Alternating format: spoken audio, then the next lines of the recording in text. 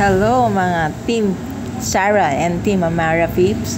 Ayan na nga po, nag-birthday na nga po ang ating Daddy Beans noong January 28 at sinelebrate yan kasabay ng 10-month anniversary. Anniversary. No, not anniversary. 10-month old ni baby Amara. Yan nga po, sabay na nilang sinelebrate dahil nga may lipad si Daddy Beans sa birthday niya. At saka si Amara naman is may advance celebration sa Taiwan. Wow, talaga naman. Ang ganda ng celebration lagi ng mga Team Sarah at Team Daddy Beans para kay Amara. Special na special lagi. At yan naman natin sila hangaan kung paano nila alagaan si Amara.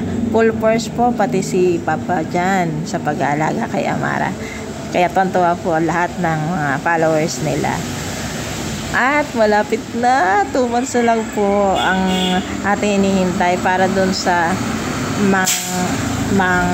mga darating daw na followers. At ninong at ninang yata yan para sa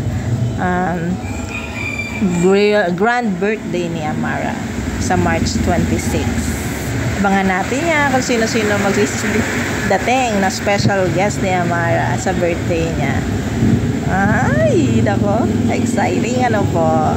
At yan nga yung mga Taiwan adventure nila. Sana makita na natin yan sa vlog ni Mami Sarah. At sana